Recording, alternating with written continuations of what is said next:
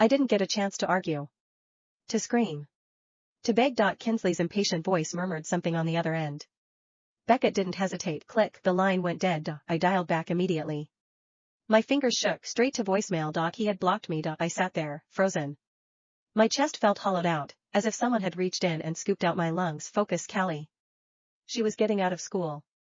I had to pick her up. I started the car. I gripped the steering wheel until my knuckles turned white.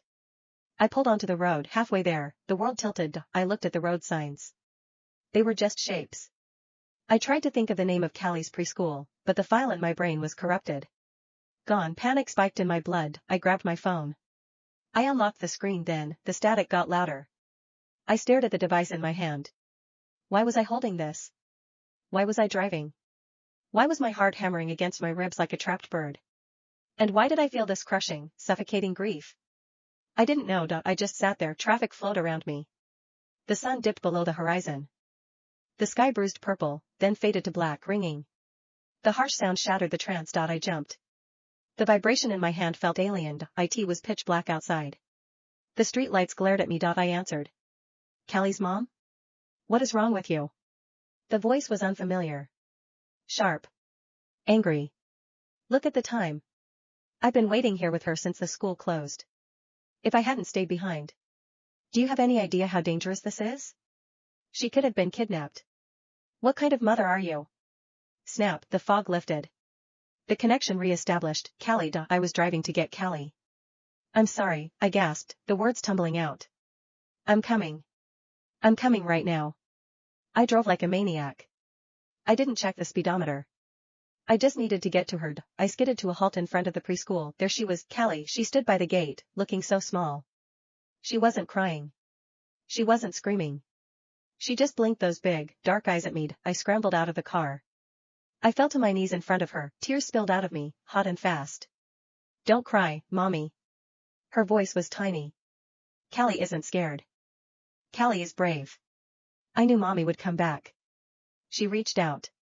Her small hand brushed my cheek to wipe away the wetness. Her skin was ice. The cold burned me. 3 hours.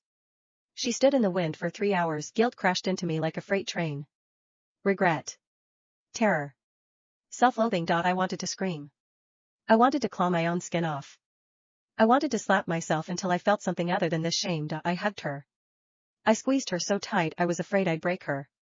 I'm so sorry, I choked out to Miss Thompson. I bowed my head, over and over. This cannot happen again, Miss Thompson hissed, her eyes hard. There was a threat in her tone. Child Protective Services. It won't, I lied. I took Callie's freezing hand and led her to the car, but I knew the truth. I didn't have many against left. IT started a month ago. 1 minute, I was driving to work. The next, I woke up in my bed.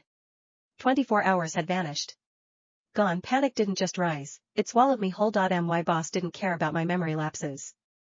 After I missed work 2 more times following the warning because I forgot I even had a job, he fired me. So I went to the hospital. I sat on the crinkly paper of the exam table, swinging my legs, trying to laugh it off. Maybe I'm just getting old, right? Premature senility? Dr. Smith didn't smile. He ran tests. Endless, exhausting tests. When he finally walked back in, he held a piece of paper that would end my life. Alzheimer's. I stared at the word until it blurred.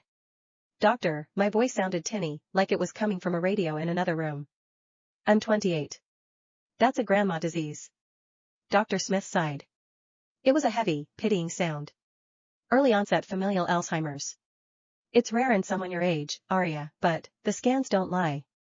His mouth kept moving. He talked about genetics. Head trauma. Something about probabilities. I didn't hear a word. A high-pitched ringing screamed in my ears. How long?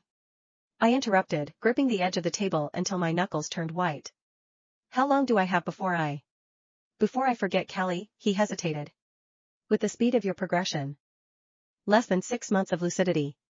I walked out of the clinic. The world spun. The pavement seemed to tilt under my feet. Why me? I didn't care about dying. If I just ceased to exist, fine, but Callie, she was 5. She was helpless. I collapsed on the hospital steps. I buried my face in my knees and screamed, a silent, guttural sound that tore at my throat. I sat there until the streetlights flickered on. The darkness settled over me, heavy and cold. I had to accept it, and I had to make a choice. There was only one option. Her father, Beckett. I dialed his number. My hand shook so hard I almost dropped the phone. He answered, but his voice was like broken glass. Cold. Sharp. He barely let me speak. He laughed at me, a cruel, mocking sound, and then hung up.